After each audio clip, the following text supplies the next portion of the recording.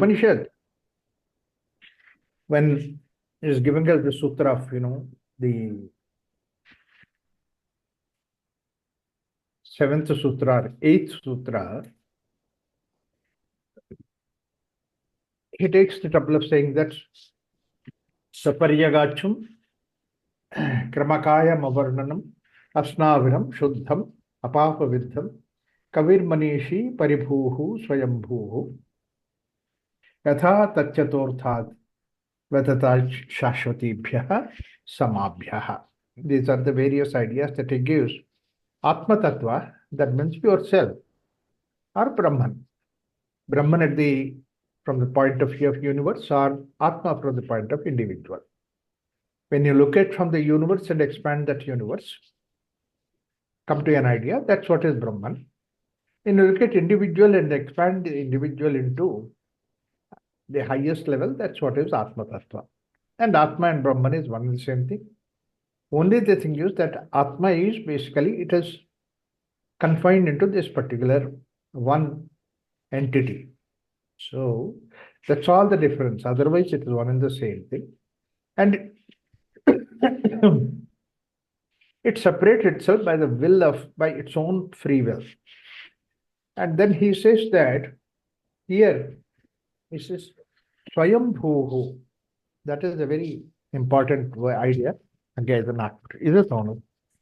So Swayambhuhu is the idea that it is born in itself. Now, one idea that while they have said about the Swayambhu is the Upanishad Rishi, all other things are not Swayambhu. They are born out of the combination of few things, and there must be some individual behind it who does that. An engineer, an architect, or somebody puts these things together and creates. There is nothing which is supposed to be Swayambhu as far as the creation is concerned. You see that it's a combination of various things that are there. Like, for example, whatever that you see, these 5 elements, earth, fire, water, we know that they are not just elements, that they are a combination of various things become that. So anything in this world is that which is combination of that. Even you, when you look at the human being, even the human being is a combination of 2 things, that is the father and mother together with that, then the combination that brings out the human being. Every animal, it is like that. That's how the creation takes place. Now, what is supposed to be the Swayambhu is that you are Swayambhu, that's what he says. So that means to say you are not in this body, you are not wherever that is supposed to be the thing that is created. You are not part of that created. You are somebody behind this created. This is something that we need to understand. And that's what even from where the whole creation comes. This is what basically the science is also looking for. Science is trying to find out. But science is trying to find out, getting into the matter. And then they were trying to see that, when 2 things together, put together, it becomes matter. Now they have tried to analyze that 2 things separately, and then they went on and on and on. So that earlier that the 2 things that were there, they were thinking absolutely there are 2 things, like for example, matter is different from energy. But suddenly when they started going deeper and deeper and deeper to find out what is the basis for the matter, what is the basis for energy, they found out that they are not 2 separate things, that they are one and the same thing. That's what is Einstein's equation of matter and energy together. And they could see that by understanding that, they could convert matter into energy, energy into matter. So this is how the whole theories, ideas, everything has come to see that how the 2 do not exist separately, they come from one and the same thing. And the idea is that when the moment that you think that there are 2 separate things are there, comes from one, then even this is not permanent, because these things can go back to the one and then they can become 2. So this is how the matter and energy becomes one and the same thing. So therefore they are not permanent. Earlier, matter was something which was absolute. That is what the scientists had taken the matter to be the absolute and say that matter has to be the only thing that is there. They never even looked at consciousness. They never looked at all that is supposed to be not matter, that doesn't exist. That's what cognize, that what you see exists. This is what Descartes said, cogito ergo sum. That means to say you question, you see that it exists. So questioning available. So matter is available. The whole idea that they have done is actually when you look at the historical fact and the political fact behind it is that the science was denied by the church. So therefore, the church said that there is nothing like science, there is nothing like matter, there is only the God. And they said, we know everything, that we give the ideas. So that's how the church found out that they are supreme and they give the ideas whatever it is. Like, for example, after all that, there is only one text that is there, whether it is the West or the East. There it is supposed to be what the church said, what the Pope said. And here in India, what the Vedas said. Vedas also talk about the same thing, about the matter outside. So therefore, that they also said how the matter comes up. 5 elements they said, and all those things that are there. Panchabhutas and then Tanmatras. All these things are nothing but about the matter that Indian philosophy also said. They also said like that. But then church thought that they have the authority over that, whatever that they say, that's what is the real. Nothing else exists. So that's the reason why they said that the earth goes around the sun goes around the earth, because that's what you perceive. Then they denied the science. Then the scientists started looking at the whole thing and said that no, there is something which is matter, that there is something which is earth is going around the sun, not the sun going around the earth. So the central heliocentric theory has come into the picture. Geocentric from there to heliocentric theory has come. And church persecuted some people and all that, but later on, science developed further. At that point of time, the demarcation that they have done is that the science talks about matter and spirituality is by consciousness, by the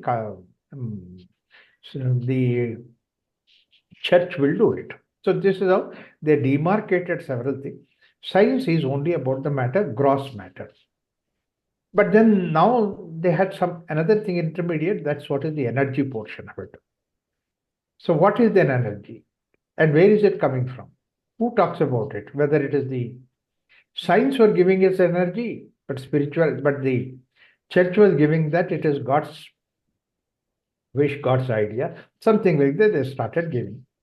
But then the moment that the science has progressed in such a way that the science and matter and the energy, they are not separate, it's all one and the same thing. Now then, and they had experiments, they have to formulate to see that how that can be converted. So now the matter is now eliminated. All that what we have is the energy. So this is what is the modern sciences modern way of looking at it. But then is energy everything? This is what science says, that we have explained everything. It's on energy. That's what is matters. That's what matters. Very beautifully, one of the scientists said that what's energy? It doesn't matter. What's the matter? And he says that don't worry about it. So it's one and the same thing that has come to a level. But then still that they are not yet stumbled upon this consciousness. So there is something which is beyond this matter and energy. Energy, if you take it, and energy is everything that you see, they try to give the picture also in such a way that people were afraid of energy. So therefore, that, like for example, wind energy, it comes in the form of hurricanes, water energy in the form of ocean, and then sun is there in the form of energy. They said that all these things are the God. Energy is supposed to be the God. There is nothing like consciousness other than the energy, and that energy is God. So this is what they have given. And the scriptures also talked about it like that. Varuna God and this God and that God, we also have all those things. They said, yes, this is what Eastern philosophy also says. Western philosophy also agrees with that. There is nothing like consciousness, everything is matter. But then what happened is that there is one more thing that they said. that there is this energy also comes and goes. Energy can be created and destroyed. Both these things, matter can be created, destroyed. So then what is that which is coming from? What is permanent? What is there behind? From which it comes? So then some people said it comes from the space, nothing, from the nothing, things come up. But then science will not agree. How can you bring about something from the nothing? So there should be something. It's only converting that is one thing to another thing, like the matter to energy, energy to matter. But there is nothing beyond that which exists is why. That's what the science is looking at. So when this is the way it is going on, this world, then Indian philosophy long time ago said that there is something which is consciousness, Atman, Brahman, from which the whole thing has come up. What is Brahman? Brahman is something which is supposed to be unmanifest, but at the same time it is consciousness. So this is how essentially that Atman, consciousness, from there everything comes. This is the idea. So who created that consciousness? This is where the Rishi says that Swayambhuhu. Nobody created that, it creates by itself. That means you can't assume another created behind it. It has an ability to create. So this is what, again, it's an assumption. Swayambhu is an assumption that they have given. That means it is un by itself. So don't question beyond that. Otherwise, it's infinite regression. Infinite regressions, who created God? God created God. Then what else? Then if God is the one who can create it, but who created God? This is the standard question that they ask. So therefore, basically, that the whole idea of the Indian philosophy said Swayambhu. That means it is born by itself. Now, again and again, you see that Christian Indian philosophy refers about this idea of Swayambhu. Like, for example, in the here he says about Swayambhu by itself. The same thing that you look at the Rudra Prashna, Chamaka Prashna, there it says that Prano Yajnana Kalpitam, Apano Yajnana Kalpitam, Yano Yajnana Kalpitam. When it comes to the level of Yajna, it says Yajno Yajnana Kalpitam. Yajna is born by itself, not coming from anything else. That means it is the end of it. You stop at that level. So this way, when you come to that end of the point where it comes by itself, now same way, when you look at this idea of Atman itself created everything. From Atman, all these things have come. Atman and Brahman is one and the same thing. Now, in this way, that this discussion was almost like point to point and end, but it is still hazy there, how it happens.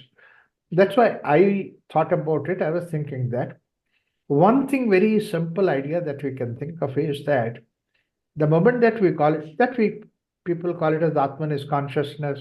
Ask me always this question: is Brahman consciousness? Is Atman consciousness? And all that. So that means to be consciousness seems to be something which is more acceptable term than Brahman or Atman for a lot of people. Therefore, when you look at that consciousness, yes, you can see that consciousness is there in small things to the highest things. Consciousness is there. That our own experience shows that. Like, for example, somebody is conscious, somebody is unconscious, or something is conscious, something is not conscious. Like, for example, a stone, there is no consciousness in that. But when it comes to the plant, people say, is it conscious or is it no conscious? People earlier said that there is no consciousness, but then people said, no, there is consciousness in the plants also. That's why, in the discussions about vegetarian, non-vegetarian food, the plant also has consciousness. Are you not killing the consciousness while eating plant? So these are the discussions that are there. That means to say people accepted there is consciousness in everything. Now, what do you mean by this consciousness when you look at it? Why it is different between the stone and the plant? The simple difference that we can see is that the plant does not grow by itself. The stone will not grow by itself, but plant grows by itself. That means to say, plant has greater freedom compared to the stone. This freedom is the thing which is supposed to be the consciousness. That's a very simple common inference that A consciousness is what, when you recognize, is that there is a freedom. Similarly, you see a snake lying down. Is it a snake or a rope or a snake? All this question, traditional question. What is the difference between that? You go and touch it, then you can see if it is a snake, it comes up, raises up. If it is a stone, it doesn't rise up. If there's a rope, it doesn't rise up. So that means to say there is a freedom. There is also feeling. That means you touch it, immediately there is a feeling in that. So these are the two things which represent the consciousness as a common man's knowledge. Feeling and the freedom. That is where basically a rope plus consciousness is what is basically, see, that it is a snake. Or the same way when we say that energy plus consciousness is supposed to be Brahman.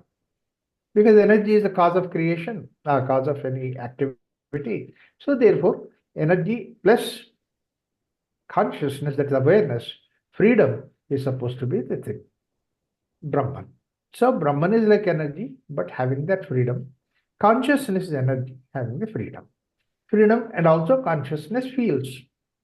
And because it feels that it tries to act, it is just lying down. The snake is lying down. But then when it touches the feeling, it has the feeling of touch of you are touching it, immediately it raises up. So that means to say, feeling and the freedom, both these things exist in the sake of consciousness. Now, taking that view, and when we say Swayambhu, that means freedom has a freedom of multiplication, freedom of giving up its freedom to become many. One becomes many, that is the part of the freedom itself. If I say something like that, you have freedom, but you have no freedom to give up the freedom, then it is not freedom, because there is a condition already involved in that. Freedom is that where there is absolutely no condition is involved. You can become anything. And you cannot become means basically I am containing the freedom, and that's not consciousness. So therefore, when you look at it, Swayambhu is that it is the Brahman or the Atman, Atma Shakti or Brahma Shakti, become many. Many, it divided itself into the freedom to become. So this is what is Swayambhu. From itself it has come about. Now, what is this idea of from itself it has come out, or Brahman itself has become many? Idea is that we have that Brahman within us. More and more that we recognize that freedom, identify with that freedom, we are one with the Brahman. Because we also have an aspect which does not have the freedom within us, and which we created. That means a consciousness or the Atman itself has created all these things. Atman has become the body, Atman has become the mind, Atman has become the conscious, the intellect. Atman itself has become the bone and blood and all these things. So therefore, Atman has become all these things. They are not separate from Atman. Swayambhu. From there it comes. Now, when all these things are there, when you remove these things, identification with that is what basically that is the self. Asnaviram, that is what is idea. Snavira means actually the nervous system, everything that is there, that means physical body. The moment that you identify with the physical body, that you are not Brahman. The moment you disconnect from the physical body, you don't identify with the Brahman. That's when you become the consciousness or Atma Tattva. So Atma Tattva is that which has become freed from the physical body. That is what is Asnaviram. Pariyagachum, that means it is everywhere. And Kramakayam, Avarnanam. So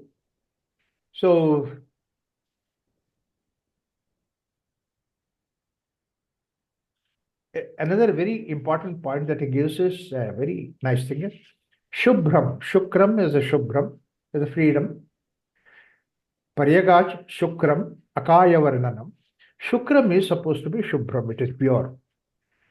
It's a very, very important point for the sadhana is that anything might happen from the consciousness becoming anything, but then it is always pure. It's not touched by anything. It involves in these things. Like, for example, I might talk everything, and my consciousness itself, I'm manifesting in the form of a talk. But all this talk does not even touch me. The Shubhram, the consciousness, Atmasthiti is the Shubhram. It's a very important idea. Like sky may have clouds, but the clouds do not malign the sky. Sky is always pure. And you are subtler than the sky. So therefore, you are that consciousness is always pure. In fact, that refers to the earlier question that you have given, that yes, you yourself, your consciousness become like a desire. Shuk. And consciousness becomes like a anger. A situation creates that. But do you mean to say that consciousness has been touched by the desire, by anger? No, it's always pure. Now you don't have to worry about these things that are there, but you identify yourself with the consciousness. Don't get involved in this. That's why I was saying that getting anger is something. Becoming angry is something different. You can get angry, but don't become angry yourself. Be free from that. The more and more that you become angry, then it's all right. One thing is that anger aspect of it. Second thing, what happens is the guilt aspect of it. Anger, you can come out of it. Guilt, you cannot come out of it so easily. Guilt bothers you. Anger is momentary. Similarly, hurting somebody is momentary. But the guilt of hurting somebody is something which is everlasting. So the idea is that the moment that you say, all right, I became angry for a moment, you laugh next moment, anger is dissolved, but then you are free from that. That shows that aliptata, that means to say you are not touched by that. Not being touched by that is the freedom that we have. Otherwise, what happens is the guilt continues to go on. Guilt continues to bother us. In fact, that's why in Bhagavad Gita also there is a very beautiful shloka which says that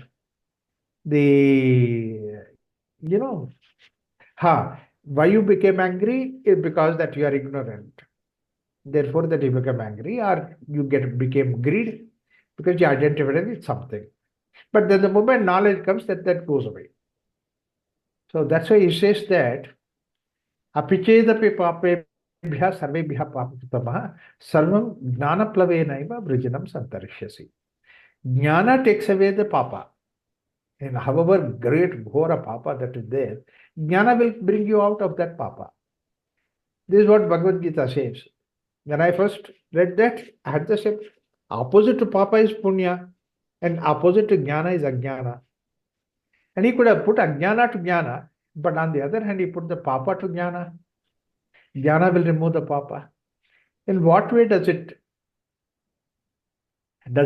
mean? In what is the idea that you want to convey? Then we will know that then the simple argument that gives us is that you did the papa because you didn't know that it was papa. It was ignorance because of which you do that. So actually we are suffering from ignorance because of which that we do it. And ignorance is not bad because every child is born ignorant. Only thing is as we grow that we become knowledgeable. Somebody becomes knowledgeable early, somebody becomes late. It doesn't matter. But then ajnana is something which is not wrong. Ajnana is the ground zero. The only thing is that, so therefore that jnana will bring you out of ground zero. Whatever that you have done, you can come out of it with the help of jnana. And we have such incidents also. Like for example, Valmiki has been doing so many things which were wrong for such a long time that he was doing. But one stroke of jnana that Narada comes and says to him, finish, that he came out of it. It made him a great saint. So it is how long that you have been there in the jnana, how long you have been there doing the sin, doesn't matter. That one jnana will bring out. It is like the way the jnana plavenaiva, the idea of plava is the boat. So he says that whatever may be the depth of the river, 100 feet deep may be there, 200 feet deep may be there. But it doesn't matter when you are on the boat, it will take you across. It will take you across the river. So therefore you can cross the river. So, Vrijinam Santarishyasi. And then Santarishyasi, that means what? Basically, that you can grow, cross over. So that is what the idea is, that the papa that is there, you can come out of it with the help of jnana. The jnana will help you to come out of it. But the guilt that is there, which is hurting you, oh, I have done for such a long time. That's why the whole techniques of yoga, the techniques of our culture is to see that you don't have, you come out of your guilt. And actually, it's very simple thing. It is like the way that you are going on a road, and then suddenly you see that you are thinking that on the highway that you are going towards Mysore. But suddenly you realize that actually you are going away from Mysore. And then all that what you know is, oh, I came away from Mysore, I went in the opposite direction. So then what you do, you take a U-turn and come back. Ajnana to jnana is like a U-turn and then come back. But then if you sit down and keep worrying that, oh, how long that I have come away, how much I have come away, this is what is the guilt. So for the guilt that we say, that we give certain techniques. The techniques such as the idea of confession, etc., is for the sake of guilt, not for ajnana. Ajnana will remove with the help of jnana. And guilt is there only when you understand what is the reality. The reality we understand, then you start getting the guilt.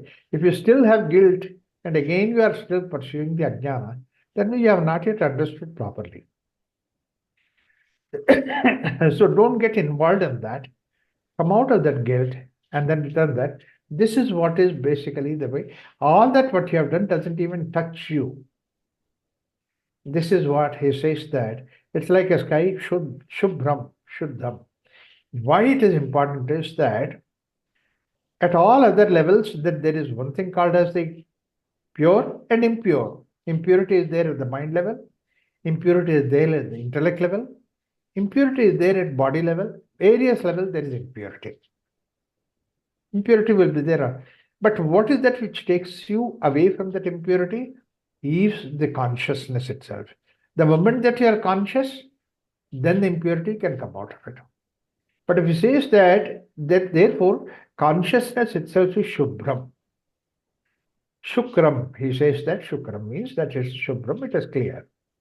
If consciousness itself is unclear, is dirt, then what else can help you to come out of it? So therefore, consciousness cannot be touched by anything, untouched by anything. That's what is the idea. He calls it here. Pariyagaj, Shukram, Akayam, that means it doesn't have any particular. Akaya is boundary. Akaya is basically a body, is the boundary. Avranam. And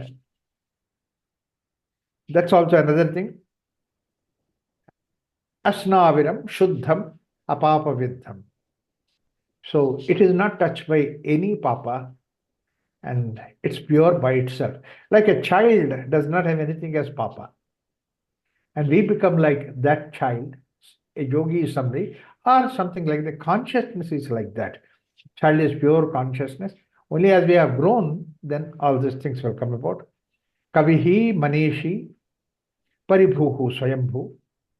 Now, it is very easy to understand with this idea of consciousness as freedom and also the consciousness is feeling. So when these two things that we take up, then you can see it is much more easy. It can divide itself into many depending upon its need, necessity. Now, it's out of freedom that has become, like, for example, the same consciousness, say, if you look at the plant, the same sap that is there taking from the earth, the sap itself goes up into the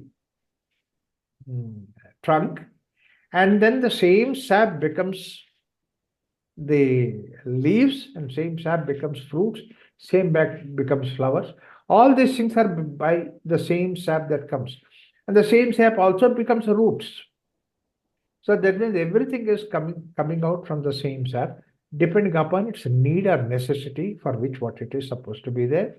So therefore, the individual becomes all these things because of the need or necessity for that, he becomes like that. So all these things that are there, Swayambhu. born out of the same thing. And Shashvatibhyaha Samabhyaha. So, like for example, the way that the tree is there, roots also supposed to be there, trunk is there, and the flowers and foliage, everything is there. The same way in the human being, all these things are there. Intellect is there, body is also there. Everything is doing its own function, and it's all coming out of me. And I'm somebody behind all those things. And that me is supposed to be Atma Tattva. And the same Atma Tattva that is there, me, same Atma Tattva which is there in everybody. So everybody's Atma is the same, coming from Brahman, and became individuation. This individuation is something which has happened out of free will. Brahman's free will became me, became you, became everything in this world. There is no question of anything which is hierarchical. Something is better, something is less better. It's not there. It's our own freedom that we have become. So this is the idea of knowledge that we have in that sense. It is Isha Vasyam Sarvam. Everything is Brahman. And that Brahman itself is the consciousness within you. And this is what we call it as the Atma Tattva. So once we recognize that, once you try to understand that, live that, naturally what happens is that we are less connected with the demands of the body, demands of the mind, demands of the prana. All these things are, we still work with them. But we are free from those things. We don't get caught up in that. We are like any other human being, we are there. In fact, the idea is that even if the idea saying that I have to give up all those things also says that that's important. That has become important, therefore that I would like to give up. That becomes important, therefore I would like to leave that. So nothing is important. They are all there for the purpose of being there. Neither attachment is there. That's why it is called as neither attachment nor detachment. What we require is a non-attachment. They are there. But as long as that we are there, we are there. The moment we come out of it, we come out of it. Like the way that the fruit becomes attached to the tree. But once it ripens, it is still holding on to the tree. But then you touch it, it falls. Simple wind will make it fall down. A leaf, it is wind enough. But fruit, you touch it, it comes down. So fruiting is very important. Ripening is important rather than whether you give up or whether you hold it. They are not important. They are equally powerful whether it is you hold it or give it up. So this is what is the sutra that he gives in the form of 8th sutra. And the 9th sutra, Andhantama pravishanti ye avidyam upasate tato bhuya yavate yo vidyagum rataha. The very puzzle kind of a sutra that he gives. Andham is darkness. Andham is darkness. Andham tamaha, that means deeper darkness, pravishanti. Ye avidyam upasate. One who has taken the avidya upasana, he will go to deep darkness. That's a very understandable thing. Deep darkness, but even that also we need to really go into the depth of it. But then the next sutra is much more damaging. He says, Tato bhuya yivate. That means deeper than that. Bhuya means deeper than that. Ye vidyagum rataha. That means to say one who takes to vidya is going to deeper darkness. Deep darkness, somebody who is there in adhantama pravishanti avidyam upasate. Deeper darkness than that is somebody who takes to vidya. Now, how can you understand these things? Tato bhuyayavate tamaha ye vidyagum rataha. Now, let's try to understand ordinary darkness to deeper darkness, he says. As I said, that avidya is supposed to be ignorance. Okay? Actually, that's a wrong term in English. English, we don't have a better term. Vidya is supposed to be knowledge. And avidya is mm, not having knowledge. Zero knowledge, avidya is. The data, but unfortunately in English we don't have better word, we call it as ignorance. Why I'm against that word ignorance is that when we use the word ignorance, the noun form of ignorance is, verb form of ignorance is ignore. And a child is born without knowledge, but he cannot ignore anything. In fact, on the other hand, he's totally passionate. And there's another thing, ignore is also there. You have an idea that it is something which is wrong, therefore you ignore it. Or you don't require it, therefore you ignore it. See, ignore has a agenda behind it. Otherwise, there's, like for example, I go to somebody's house, nice, wonderful food item is there. I see it is very tasty, very nice, how wonderful it is. But I'm not interested how you made it. You see, the science behind making that, I'm not interested. I'm only interested every time when I come, you make it for me. That's only the thing I want. But my wife is not like that. She goes into it. How did you make it? What did you do that? What did you... See, that means curiosity is there. So man is born with curiosity. Child is born with curiosity. Ignore has a purpose. Curiosity is natural. So therefore, a child is born with curiosity, but he doesn't have a knowledge. So that's why we should, ajnana, avidya is something which is, you don't have the knowledge, but at the same time, you have not. Short of curiosity. In fact, child is so much more curious. Sometimes we wonder, we were curious when we were children, but today what happened to us? What is curiosity gone? He is very curious about it.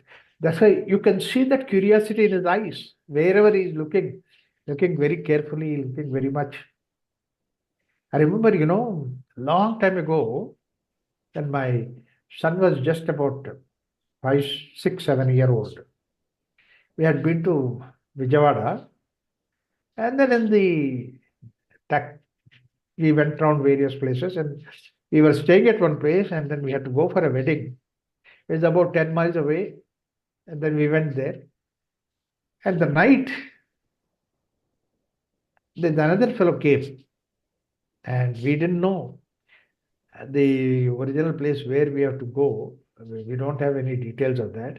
And suddenly this taxi fellow asked, where to go? Wow, where to go? I said in that area, but I really don't know. And particularly, I'm absolutely poor in directions. So we were like that, what to do? How to go there? Then immediately my son, he said, I will show you how to go. And he directed us exactly to the place where we went because he was curious. So he observed everything that was there on the road. And we went all the way to our own house. It's extraordinary. Children have that curiosity.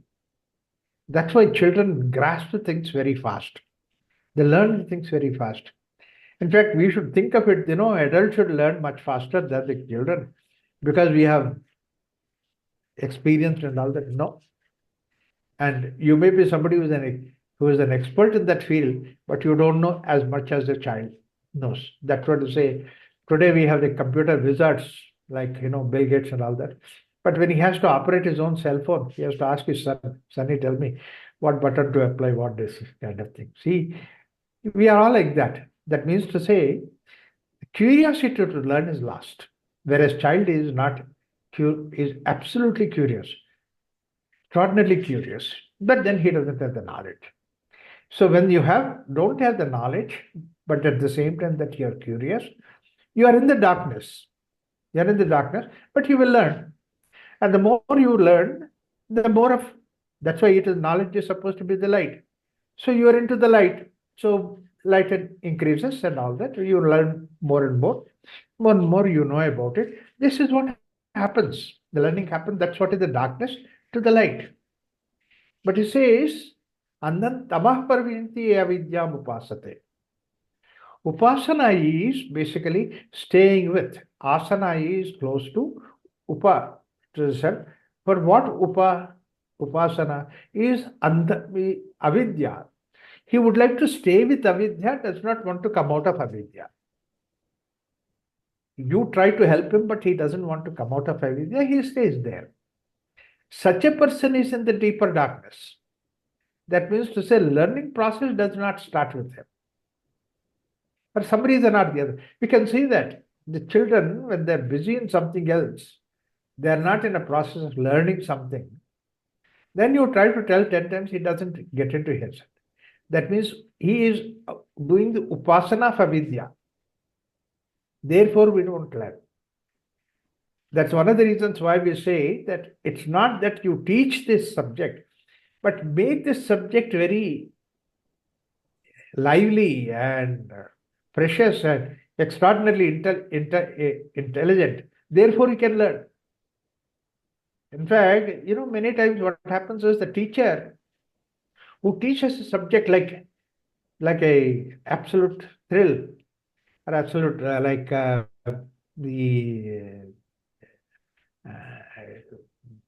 the novel kind of a thing, and then people get attached to that. That subject becomes important for them. Whereas it may be a wonderful subject. If the teacher is somebody who makes it like boring, horrible, and this thing, children run away from that subject. Even though the child is good with that subject, but he will not go into that. Like my own son's case, actually. He is very good in mathematics, but the mathematics teacher in the school was so horrible that he had absolute total aversion for maths.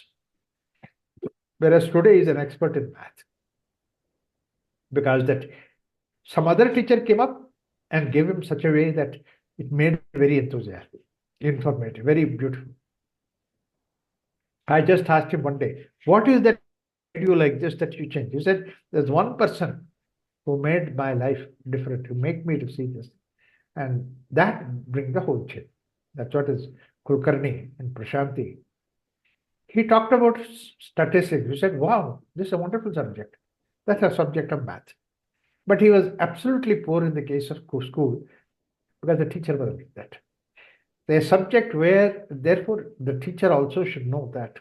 And not only that you teach the subject, make it in such a way that it should be like a crime novel, something like that. It should be interesting, Harry Potter.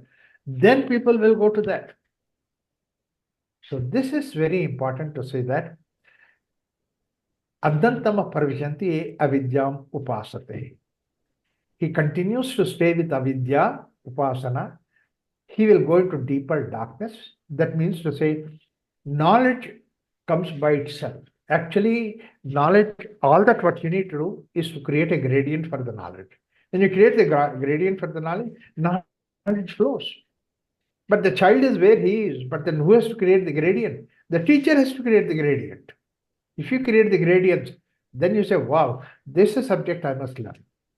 And you have to create that kind of a thing. It's an art of teaching, art of giving. And the child is curious about it, but then what is that you make it very curious, extraordinary, is the one which makes the child to accept that. Therefore, he says that Andhantama Pravishanti Evadyam Upasate. From avidya, when you want to go towards knowledge, it is supposed to be the gradient that's important. You create that extraordinary intelligence that's important. But one important idea about is that knowledge is always about a particular subject. So I know something about a particular subject. The other areas I don't know. So therefore, what happens is the more and more that I know about some object, the more and more that I know how much I don't know. Actually, that should be the part of the knowledge itself. I'm telling you these things so that there is so much vast knowledge is there which we don't know it. So that means to say the knowledge is that which you get it and then you're becoming knowledgeable. But at the same time, you also wonder at how much of ignorance also there within you. Then what happens? The moment that he does that, he doesn't go to deeper darkness. He's in the dark, yes. This area I know it, this area I don't know it. And today's science is something which is developing in such a way that it more and more of less and less things that today we know. A doctor earlier used to be a doctor, but today is no more a doctor. He is either doctor of ear, doctor of the nose, or doctor of this, doctor of that, but he is not everything. In fact, you go to the dentist and then you say, this is not my issue. It's an orthodontist. So my wife will take care of it. He's only a dentist, but he is not an orthodontist. So look at the way that how much it is different. So somebody is from the ear, but he cannot talk anything to do with the ear to something else, because basically he's focused on that. This is what is very important to see, that they should also know that what they do not know it. Annantama pravishanti. Annantama pravishanti. The moment that he thinks that, okay, I know everything, that means you don't know it. Annantama pravishanti. You go into deeper darkness because you think that you know it, but then you really do not know it. So the unfortunate thing about the science is that something that you know, immediately you think that you know about it. You don't know anything about it. You're just only one step ahead. There's one medical doctor, there's a young fellow from AIMS in Delhi, and we both were together in a government company. And so he actually is AIMS,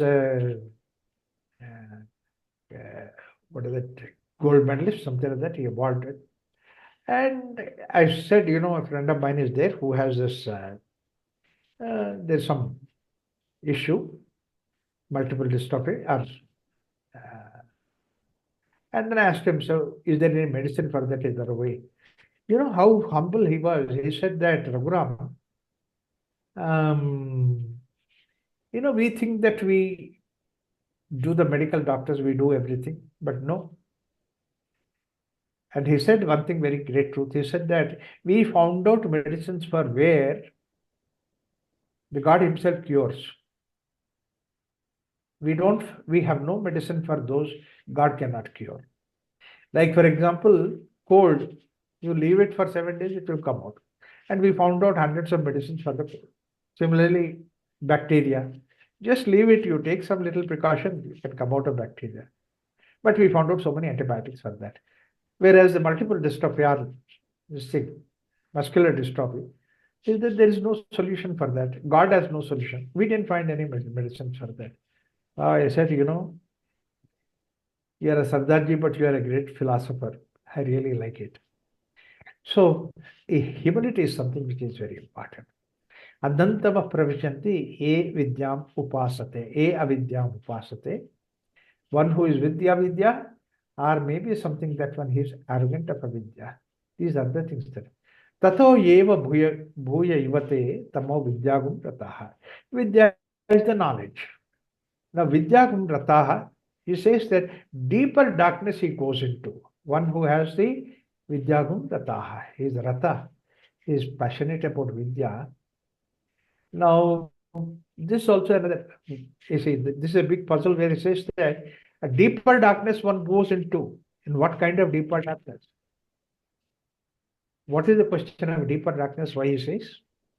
Because the knowledge should bring you out of darkness, but he says that you go to deeper darkness. Deeper darkness is like this, that when the knowledge becomes your arrogance, the moment becomes arrogance, the knowledge, you will not seek the knowledge once more. You block the knowledge further coming up. You are so arrogant, I know it, therefore nobody can know more than me. So anybody says something, I'm not prepared to take it. This is what is Vidyagum Rataha. Rata means actually I get passionate about it, I get involved in that, I get attached to that. I don't want to come out of it. So therefore, what we need to happen is Vidya Vinaya Sampanna. It has to become basically that we have to become humble about the knowledge. I always give that example that in Arogyadhama, one girl came, young girl, and then she came to me for counseling, and then I, developed conversation. break the ice. She came and sat down. I looked at her file, and I looked at that file. I noticed that she is an assistant professor of architecture in some Punjab university. So architecture is one of my favorite subjects also. I like that. Therefore, it's very nice to know that you are a student of architecture. Immediately, she became very stiff. And she said, no, I am an assistant professor of architecture. Wow. Immediately, I quieted. And then next moment, I said, okay, let me put the question in a different way. I said, when did you stop being a student of architecture? Immediately, she realized the mistake and she smiled and said, sir, I'm always a student of architecture. So then she came down to the level. We should always be student. The knowledge does not take away our studentship. That's why I said that as a child that we had that curiosity, wanting to learn, that innocence. And we gave up that innocence. This is what is Vidyagum Rataha. One who becomes Rataha, that means he will lose that curiosity to learn goes away. That's why I always say that a child is born with two things. One is called as ignorance. That means lack of knowledge, no knowledge. But at the same time, he also has an innocence. Innocence is there in the child. Actually, a child is attractive for us, not because of ignorance, but because of the innocence. You look at the child, so innocent. The curiosity is there in their eyes. They learn. That's one of the reasons why I say in front of the children, be careful when you talk, when you do, behave, and all those things, because they're like blotting paper. They will absorb everything. So you recognize their innocence, that they're capable of absorbing. And not only that, they rebel if something is not right, because that's what they struggle with. Like, for example, the child is not in a mood to go to school. And when the child is not in a mood to go to school, and the mother is forcing him, put on the dress, put on this thing, he has all kinds of tricks to see that he could avoid it. He put the right leg in the left foot, left leg into the right foot, and all those things, you see. And mother is becoming sick, and after all those things, I says, I have to do this, I this. He is not in a mood to go to school. Meanwhile, the bus comes, and dressing is not complete, and all those things, and then bus fellow honks. Now it takes another 10 minutes or 15 minutes because he has not even taken. So therefore, mother finds out what to do with him. So she says to the driver, Munna, stomach is hurting, he is not all right. He will not go to school. She says to the driver. And then says, Munna cannot keep it. No, my stomach is not hurting. He can't take that. That's what is child, innocence. Mother says to her, Chup, keep quiet, otherwise the fellow will wait for you. So this is the way that when you be in front of the children, you see that becomes, you don't take away their innocence. Innocence is something which is there. Great people are great because that they have knowledge, but at the same time, the innocence is intact. So this is how essentially that we need to understand. But that knowledge becomes arrogance. Vidyagum Rataha. Such a person will not allow any more knowledge to get into. And that is what is deeper darkness. It is as an example for that, a similar kind of an example is that if you light, when you are in the darkness, when you put on the light, actually the light will show the path. Light will reflect and then show the path. But imagine that if the light itself is creating darkness to you. Like, for example, you are coming out of cinema theater. Inside the cinema theater, you can see everything clearly. But when the moment that you come out of it, you cannot see anything because the dark light, not because the darkness, because the light. If the light, if the darkness blinds you, that light can help you to come out of it. But if the light itself blinds you, then what is there to bring about it? That's why it says deeper darkness. Tato bhuye yavate tamo vidyagum rataha. Vidya, makes you deeper darkness, because basically Vidya has become your arrogance. So therefore knowledge should become your wisdom, but the same knowledge becomes your arrogance, then it blinds you. Look at the way that how many people are arrogant, how many ways that this arrogance can manifest.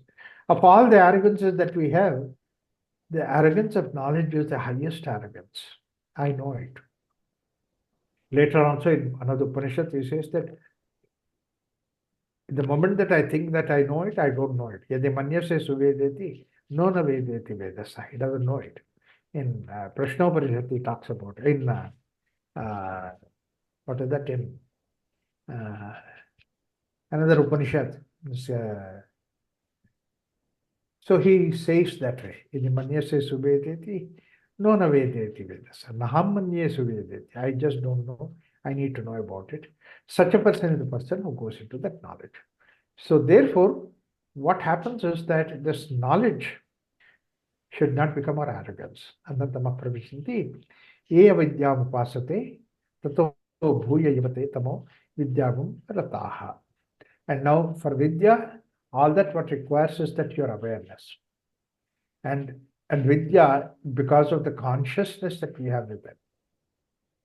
Look at the way, the kind of consciousness that we have, that's what brings about the vidya.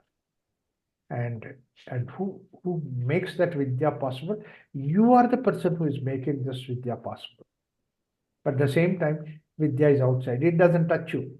Asnavanam, like earlier sutra, it says that apapa vidyam.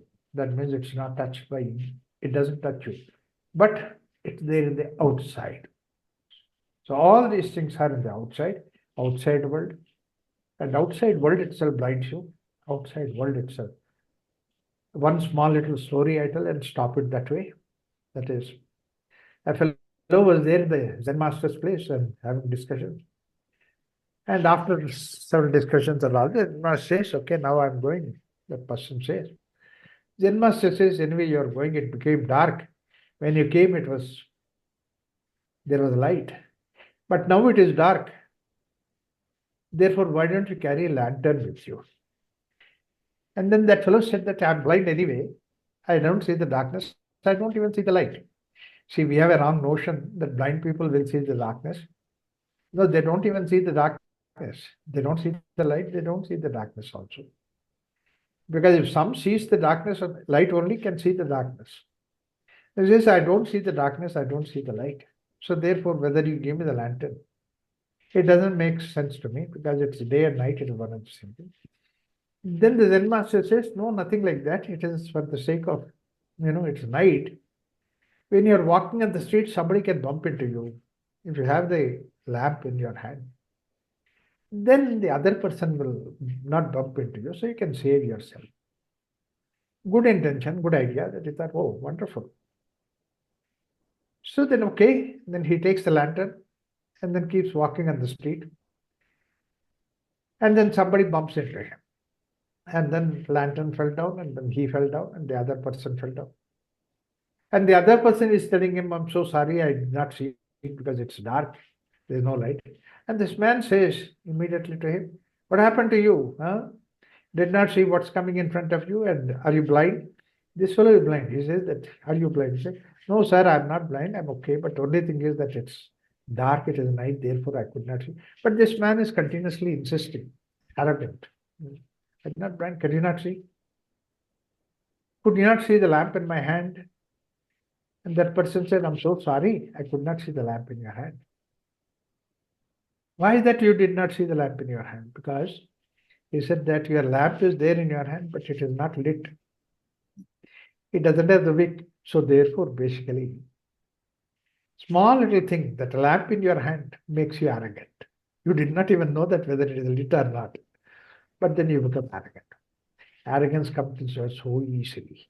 That's why he says that. Tato bhuya yavate tamo vidyagum rataha. When you become the arrogance of small little simple lantern in your hand, not even lit, that makes you arrogant. Imagine that how much that arrogance that knowledge brings about. One has to be careful about that. And then the second sutra is, as it is, as I said, the first sutra is so curious about the second sutra. Anyadevahur vidyayaha anyadahura vidyayaha iti sushrama purvesham enastadvitastakshire. Some people follow vidya, some people follow avidya. Now, this is much more dangerous statement what he said. Some people consciously follow avidya. What is this avidya he's talking about? Why people follow this avidya? All that needs a large amount of explanation. We'll keep it for the next week. We'll look into it.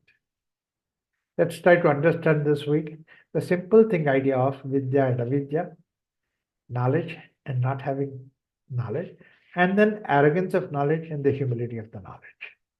Based on that, the next sutra further elaborates. We'll stop it at this level. Thank you. Om Shanti Shanti Shanti.